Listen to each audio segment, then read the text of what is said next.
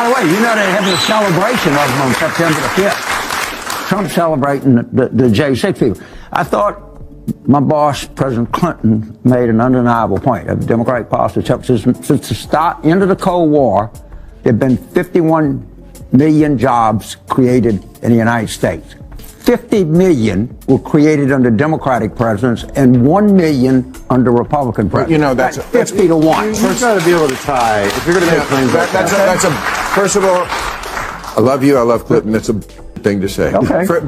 Because as we both know, am I right? Yeah. As we both know, jobs created, it has a lot to do with what the last guy did. Clinton got rid of Glass-Steagall. Did that have anything to do with the collapse in 2008 of the economy? I think it did. So maybe some of the jobs that were lost. I'm sorry. It's just a.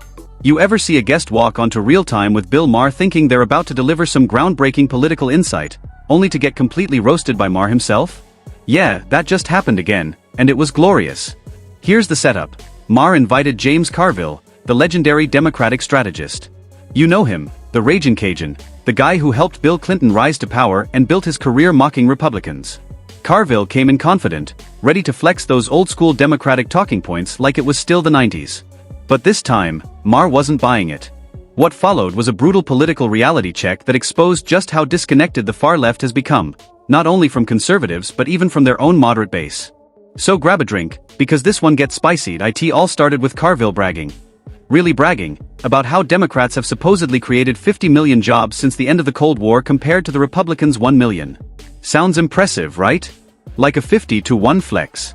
That's the kind of stat you drop expecting applause. Except Maher didn't clap. He didn't even nod. Instead, he fired back with a dose of reality. Job creation isn't that simple. It's not a scoreboard where you just add up numbers and declare victory. Maher reminded him, and the audience, that jobs don't appear in a vacuum. They're influenced by what the last administration did, by policies that carry over from one presidency to the next. Clinton, for example, benefited from the economic boost Reagan and Bush Sr. set in motion. And let's not forget, Clinton also repealed Glass-Steagall, the banking regulation that helped pave the way for the 2008 financial crash. So sure, you might have created millions of jobs, but if your policies also set up an economic meltdown, that's not exactly something to brag about. Maher wasn't done. He pushed harder, because numbers without context are just political theater. Sure, the left loves to say, look how many jobs we created, but what kind of jobs are we talking about? Are they stable, full-time, good-paying jobs? Or are they temporary, low-wage gigs that don't keep up with inflation? That was Maher's point, and it hit deep across party lines. It's not about job quantity, it's about job quality. You can brag all day about adding millions of new jobs, but if people are still struggling to pay rent, drowning in debt, and working 2 or 3 side hustles just to get by, that's not progress. That's just optics. And that was the moment the tide turned. Instead of backing Carville, Maher called him out, right there. He said, I'm an ally until you lie. That's a mic drop moment. And the other thing I think we've been pretty aligned on is that the Democrats do better when they're center-left and not far left. Certainly. It's better policy and it wins elections. Right. How do you think they did their convention with convincing the country that they are now back to the center left as opposed to the far left? Well, first of all, you and I agreed, but that was one tough extraction, getting Biden out of the race. Yes, it was. Anyway, we brought in the head of oral surgery at UCLA, Nancy Pelosi. You and I were like a couple of hygienists, like hacking away at it. But Dr. Nancy came in and did it. Maher, a guy who's leaned left for decades, just told one of the Democrats' most trusted strategists that he's done playing along with their spin. And that's huge. Because this isn't just about one debate, it's part of a bigger shift happening right now. Even lifelong liberals are starting to see how far the left has drifted, especially the far left. And Maher's been sounding that alarm for years. He's said it time and again, Democrats are at their best when they're center-left, not when they're pandering to the extremes. And he's absolutely right. When the left focuses on sensible issues, like healthcare access, education reform, and responsible environmental policy, they win. But when they get lost in pronouns, speech policing, and denying biological facts, they lose the middle completely. That's exactly what Maher meant when he said Democrats do better when they sound like America. Because lately, even moderate liberals feel like the left doesn't actually like America anymore. And he's not wrong. Or they wasn't looking for a new entitlement. The country wanted something different than Trump and Biden, and we gave it to them. And I'm not surprised the country's responding favorably. I really not. Yeah, I thought that, for one thing, they liked America, which, has been a problem with the left in recent years. They didn't sound like they liked America too much. Just look at the last few years. We've seen protests where the American flag gets burned or replaced with activist banners. We've seen the White House fly the pride flag front and center, pushing Old Glory to the side. We've seen universities treat patriotism like it's some outdated idea. That's not unity, that's division dressed up as progress. And that's exactly what Congressman Dan Crenshaw called out when he joined the discussion. He pointed out the double standard, how Democrats suddenly remember to love America when it's election season, but once the votes are in, it's back to trashing the flag and rewriting history. And he's right. Patriotism shouldn't be seasonal.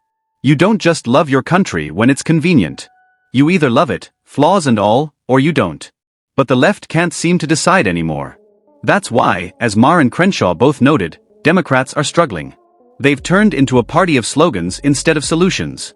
Everything's about hashtags, vibes, and celebrity endorsements, but when it comes to actual policy, silence. Democrats have done a better job at job creation, but it's not 50-1. So don't lie to me. You know what? I'm an ally till you lie. Please fact check. Either Bill's right or I'm right. Well, but the numbers don't necessarily mean. Okay.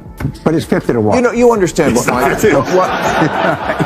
We had the lowest unemployment in 50 years under Trump. And again, you have to associate an outcome with policies. And you can't tell me what Biden policy resulted in better jobs. If we're increasing our jobs. Also, there was a pandemic that had a lot to do with There's a massive. There's a lot of factors that go into it. It's a thing. Again, Even Carville, in his own way, admitted that Democrats have been light on substance. Deep down, they know they're still recovering from the Kamala Harris disaster. Remember, she had every advantage: establishment backing, celebrity support, tons of cash, and she still couldn't connect with voters. Why? Because she stood for nothing. Her campaign wasn't about helping people, it was about identity and slogans. Those make good headlines, but they don't pay the bills.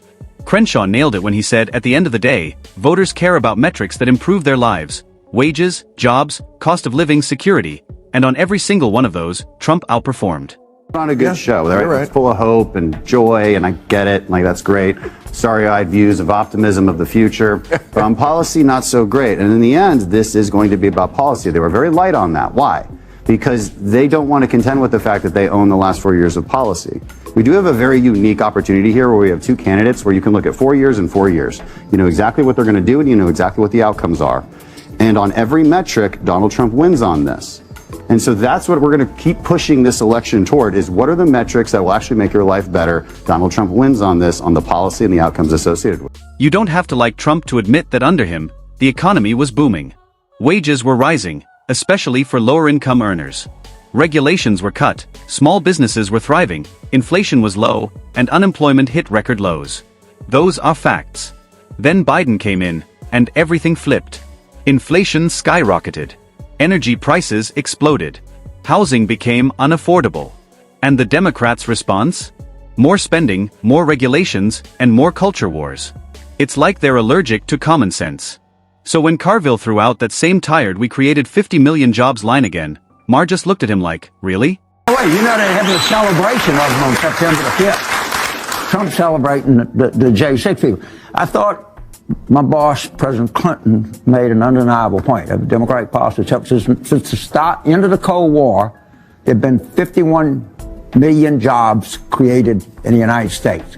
50 million were created under Democratic presidents and 1 million under Republican presidents. That's 50-1. You've got to be able to tie. If you're going to make claims like that. First of all, I love you. I love Clinton. That's a thing to say. Okay. Because as we both know, am I right? Yeah. As we both know, jobs created, it has a lot to do with what the last guy did. Clinton got rid of Glass-Steagall. Did that have anything to do with the collapse in 2008 of the economy? I think it did. So maybe some of the jobs that were lost. I'm sorry. It's just a. Because the truth is, that number doesn't mean much when inflation wipes out wage gains and people can't afford groceries. That's what Maher meant when he said, you have to tie policy to outcomes. You can't just throw big numbers at people and expect them to forget what their wallets are telling them. That's why this exchange hit so hard. It wasn't just about jobs or the economy. It was about the left's entire mindset. A policy to an outcome. I can tie policies from Donald Trump to outcomes. So you cut taxes, you cut regulations. What does that do? It makes it easier to do business and hire people. So you're going to have job growth. You had 8% wage increase after inflation under Donald Trump before the pandemic. Actually 16% if you're talking about the lowest quintile of earners. Under Biden, it's been 0. So on every metric, he wins, and I can go down the list. I guess that crime is down 30%. The stock market is up. The metrics that y'all choose are just BS metrics. No, I choose metrics. They've become experts at performing progress instead of delivering it. They throw huge conventions filled with celebrities, flags, and unity speeches. It all looks great on TV, but it's theater. Crenshaw summed it up perfectly. They put on a great show, but they're bad at governing. That's the modern Democratic Party in one sentence. I will never criticize Democrats for putting on a good show. I will never criticize Democrats for being good at politics. What I criticize Democrats for is being bad at policy and governing. They put on a great show. They got those celebrities in there. They dusted off those American flags that they had previously held in the attic or burned occasionally. And then they brought them out for that freedom wave. Very few Democrats burned the Democrat activists burned down cities. We, as members of Congress, just a few weeks ago, we had to go put American flags back up over Union Station in Washington, D.C. And while they're busy patting themselves on the back, the real crises, education, economy, national security, keep getting worse. Take education, for example. Maher dropped another truth bomb toward the end. This country simply has no education standards anymore. He's absolutely right. We've reached a point where kids graduate high school without being able to read, write, or do basic math. Schools have become ideological battlegrounds where politics matters more than learning. Instead of teaching history, we're teaching activism. Instead of rewarding merit, we're rewarding identity. Teachers are told to prioritize equity over excellence, and anyone who questions it gets labeled hateful. Meanwhile, students are falling behind. Test scores are plummeting. Colleges are lowering standards. And when those same kids enter the real world, they're unprepared for what's coming. The country simply has no education standards anymore. They will let you out of a public high school and give you a diploma, and you don't have to actually know anything, which used to be the mission of schools, knowing things. I know it's super important to stop the grooming of our kids, or, I don't know, to start it. And certainly critical race theory must be stricken from the curriculum, or who knows, maybe included in all of it. But, while we're having those fights, could someone please notice that the kids don't actually know anything? It's tragic and preventable. We don't need schools that indoctrinate. We need schools that educate. We need classrooms where kids learn how to think, not what to think. Thankfully, some leaders are starting to push back, bringing accountability back into education. They're saying, no more DEI madness. No more critical race obsession. No more social engineering. Let's get back to basics: reading, writing, math, and merit. That's what builds a strong nation. Not identity boxes or virtue signaling. And that's exactly what Maher's been pointing out lately. The far left has lost its grip on reality. It's gotten so bad that even its own icons are calling it out. When people like Maher, who once defined the left, start sounding conservative, you know something's broken. He's not switching sides, he's calling for sanity. A return to classic liberalism that valued free speech, reason, and open debate. The kind that could disagree without losing its mind. The kind that still liked America. That's why this exchange with Carville hit so deep. It wasn't just Maher roasting another guest, it was a symbol of a bigger reckoning across the country. As I travel this country on weekends doing stand-up now, I see the political ads that are running on the local TV markets, and I think, how can this possibly work on people? And then I remember, oh yes, they think Queen Elizabeth is from Egypt.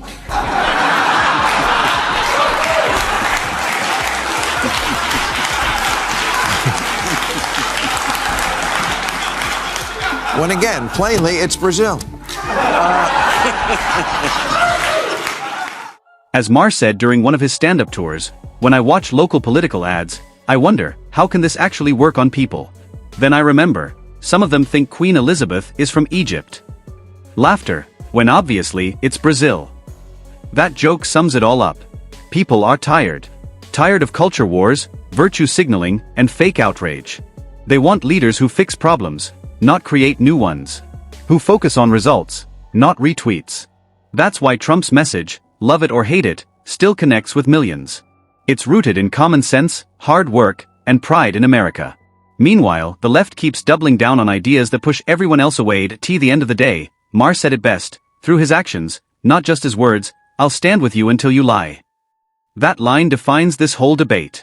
Because honesty, logic, and accountability aren't partisan. They're American values. So yeah, Maher roasted his guest, but what he really torched was the illusion that the far left still speaks for everyday Americans. It doesn't. The country is waking up.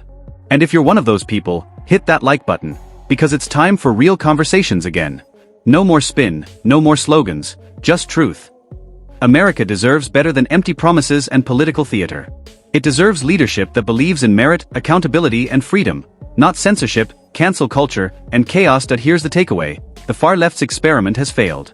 It's time to rebuild, with common sense, real patriotism, and pride in the values that built this country in the first place. Because when we get back to that, that's when America wins again. Thanks for watching. If you made it this far, you know what to do. Hit subscribe, drop a comment, and tell me, do you think Maher's turning the tide, or is it already too late for the left to return to reality? See you in the next one.